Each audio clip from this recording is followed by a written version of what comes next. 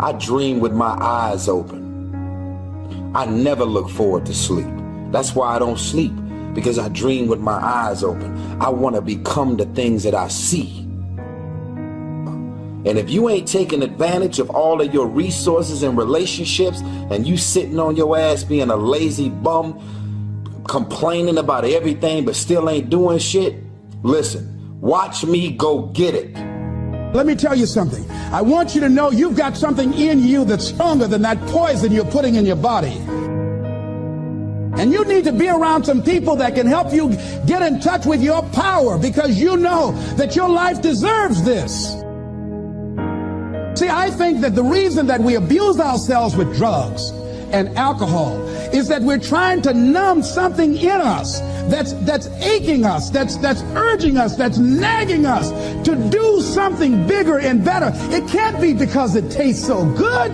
It can't be because crack feels so good, or cocaine. Is not that simple. You are not regular. You are a talented athlete. So stay your ass in the gym, stay focused on them books, stay in your college dorms. You got the rest of your life to chase chicks and get money, man. That when we are deluding ourselves or polluting our minds, it numbs us where we don't have to face reality, because we don't know what we've got going for us. See, once you discover who you are, the truth of knowing who you are will set you free from ever wanting alcohol, from ever wanting any kind of drug that's going to destroy who you are. Once you begin to know who you are, it will set you free from believing, I can't see myself doing any better. Once you discover this power, the perfect essence of who you are, that's in all of us, that's permeating our being, that enable us to be the directors of our lives. The possibility that we can begin to develop the mindset to bring out the best in people, to encourage them to achieve their greatness and support them in their dreams.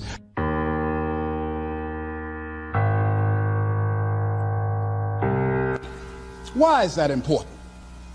Because what it will do, it will cause you to focus. It will cause you to concentrate. When that other conversation is going on, telling you what you cannot do, telling you all of the impossibilities and all of the obstacles, your concentrating will begin to create a larger vision within yourself, and you'll start looking for and seeing some new opportunities. You start creating some openings for yourself. As you begin to read that every day, day in and day out, that will make you focus. That will discipline your thinking. And you'll get all kind of creative ideas. As I talk to you right now, being involved in this immersion process, you're going to create some openings for yourself. You're going to get some ideas. You're going to feel your adrenaline flowing, and you're going to think about something, some idea you had. And you say, I want to go back and I'm going to look at that again from a different vantage point, not from the level of the problem of the obstacles that I encountered, but from a higher vantage point. Because what you will begin to see and to know as I talk to the higher consciousness within you, that you are powerful, that you are a miracle worker. And that inner conversation has conditioned you to believe that you are not. And as you begin to discover the truth of who you are, whatever challenge that you're facing in life, and if you're living, you're facing some challenge, you'll begin to know that you are powerful and that you're a miracle maker. So as you begin to write down exactly what it is that you want, read it every day. The next thing is, see yourself there. How will you feel once you get there? What will the experience be like for you? What will be different? What kind of person do you have to become in order to get there? Visualize yourself there, living the experience. I remember when I ran for state representative in Columbus, Ohio, and I had a lot of people telling me, and you got to watch not only the conversation within, but the conversation without, telling me, Les, you can't possibly win. You can't do that. And I went down to the legislature, and I saw myself. I knew what I wanted. I saw myself in the chair. I pointed out the chair that I wanted. I used to go and sit up in the galleries and watch the legislative process. I used to go to the committee meetings and listen to legislation being introduced.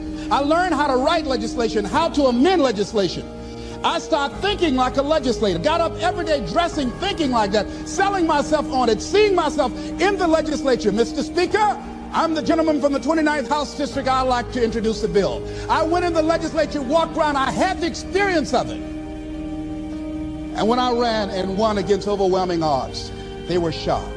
I won the election even before it was held because I was living it in my mind. You want to see yourself beyond your circumstances. You got a challenge, see yourself beyond your challenge. See yourself with the challenge already resolved. And knowing that all is well, seeing yourself in control and in charge of your destiny, being healthy and happy. The next thing is, it is important in the area of motivating yourself, it's important to know why you're doing it. Because that mind will say, why bother? Why go through all this? This is too hard. No, throw in the towel. It's not worth it. Has it ever said that to you before? Here's how you can handle that. Here's how you override that. Write down 5 reasons why you deserve it. Why do you deserve what you want? Why you? Why do you deserve it? What meaning and value will it bring to your life? What's so different about you that you deserve your goal or this goal? And when you write down those 5 reasons, when you have some down moments, and you're going to have them, when that conversation starts talking to you, and it's going to talk to you, what you will do is you can pull that out and read it, and it will build you up. It will be your rod and your staff to comfort you through some challenging moments, because you're going to have some. Life will knock you between the eyes. It will catch you on the blind side, come out of nowhere, stuff you can't anticipate. That will knock the wind out of you. You want to give up. That's why it's important for you to work on yourself, listening to tapes, building yourself up, talking to yourself with power, feeling, and conviction, building yourself up day in and day out, because it's coming. I guarantee you, life is just waiting. Oh, he's doing good now, huh? Very good. I remember I had an experience. I was pursuing my dream. And that's why you have to work on yourself. You don't know what's going to happen. And I was telling people, I had this big rally I had to do. It was 5,000 people there. And I said, you must work on yourself. If you want a larger vision, you've got to empower yourself continuously, because life will catch you on the blind side. And after I finished my speech, I got a rousing standing ovation. And I went and called the young lady that I was dating at the time. I said, hey, guess what? I said, they love me. I got a standing ovation. And they were chanting, we want the motivator. We want the motivator. I said, listen, we want the motivator. Do you hear? She said, yes. Les, I need to talk to you. I said, well, wait a minute. You're talking about tough. I was getting off, and I'll be home soon. Les, I heard a voice in the background. Hurry up and tell him. Who's that? Les, you've been gone a lot, and there's somebody else. What? And they came in. Les, come on, Mr. Motivator. They want you back out there. Wait a minute, hold a minute. What'd you say? I'm sorry, there's someone else. I heard the voice say, hang the phone up. Come on. I say, wait a minute. I say, hey, Motivator, come on. They want you. Can't you hear them cheering? I say, okay. I say, when you working on a larger vision, I say, you got to really work on yourself, because life will catch you on the blind side.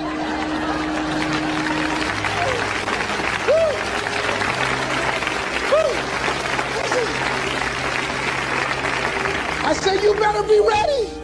And you better make sure you want it, because it'll make you cry. And somebody said, the Spirit is on him. Thank you, thank you, thank you, thank you. I was talking till they started blinking the lights. They had to come pull me off, and I said, you got to have a larger vision. You make sure, wait a minute, you make sure you work on yourself. They said, come on, Mr. Brown, come on. Yeah. I went back to my hotel room, and loneliness and heartbreak was sitting on the bed, said, are you coming in now? Do you have your larger vision now? How's your positive attitude? Say, get on in here. Are you still breathing? Shut up. You want your gold? No, I don't want this gold now. Life will wear you out. You'll be saying, no, I can't, and no, I won't. You try to read it, can't see nothing through the tears. I went plundering through the drawers in this hotel trying to find a Gideon Bible, anything, you know. I said, somebody, anybody help me. Yahweh, Yahoo, anybody. So, boy, I tell you, that's why you got to work on yourself. Because life will send you some curves you cannot anticipate. The next thing is that whatever you do, you want to develop technical mastery. You want to be the best at what you do. You want to master it. See, part of self-motivation is you've got to find something that gives you a strong sense of competence.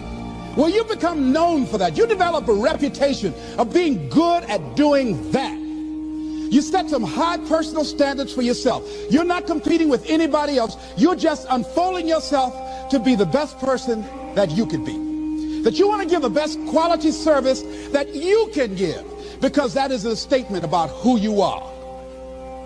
The other thing that's the key to self-motivation is recognize the fact that you're going to get into some slumps. Recognize the fact that you're going to encounter a great deal of failure in life. It goes with the territory. But in the face of that, you want to be relentless.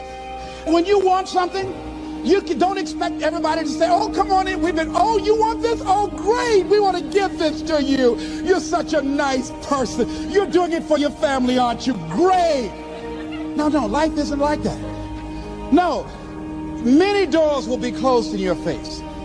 Many loans that you will want. And they'll say, no.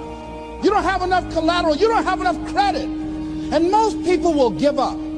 But you've got to decide that I'm going to be fearless. I refuse to be denied. And I'm going to go all out. I'm going to be relentless. I don't care how many no's I encounter. I like something Isaiah Thomas said when he was getting ready for a basketball game. He said, I'm going to either shoot us in or shoot us out. But I'm not going to not do anything. And that's the way to go. You can't make a basket unless you shoot the ball. You can't hit a home run unless you take a swing at it. Most people won't even take a swing. Well, I probably won't make it anyhow. That's the conversation within. They probably won't give it to me anyhow. If you want something, you've got to be relentless. You've got to decide, I deserve this, and I'm going to have it. And you go all out to get it. That drives you. The next thing is that when you want something out of life, you've got to be willing to go into action. Don't wait around for things to be just right. Don't wait for things to be perfect. Don't wait for the ideal situation. It will never be ideal.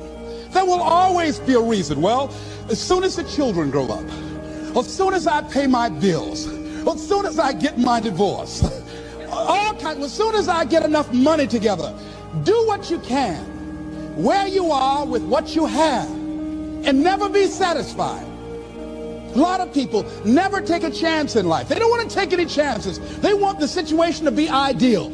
See, that's not walking by faith. That's walking by sight. If I can see it, I'll do it. No. That's a lot of people saying, if I can see it, I'll believe it. No. If you believe it, you can see it.